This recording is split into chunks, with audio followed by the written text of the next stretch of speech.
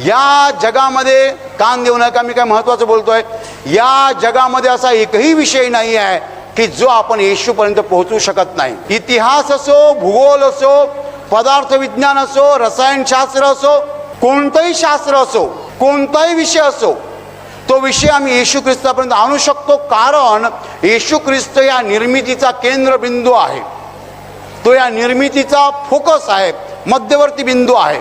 येशू ख्रिस्त या निर्मितीची मध्यवर्ती कल्पना आहे.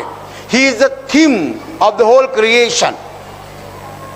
त्या जगातले सगळे विषय तुम्ही येशूपर्यंत आणू शकता. माझ्या प्रिय भावांनो आणि बहिणींनो, आपण जिकडे आहोत तिकडनं आपण येशूकडे यायला पाहिजे. कुठेही असा, कुठेही असा.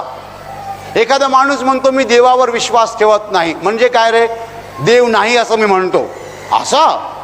मग त्याला मी पहिल्यांदा हे दाखवतो, सामर्थ्य दर्शन. हे कशासाठी? मग तो म्हणतो देव आहे.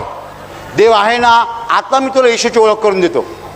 ह्याच देवाने त्याचा पुत्र येशू याला जगात पाठवलेला आहे. हालेलुया. पण जो म्हणतो देवच नाही आहे, त्याला मी येशूविषयी काय सांगू? देव जगात नाहीच आहे असं जो म्हणतो, त्याला येशूविषयी काय सांगायचं? म्हणून आम्ही हे सामर्थ्य दाखवतो. हे सामर्थ्य त्यांना बुचकळ्यात पाडतं. ह्या सामर्थ्याने ते गोंधळून जातात.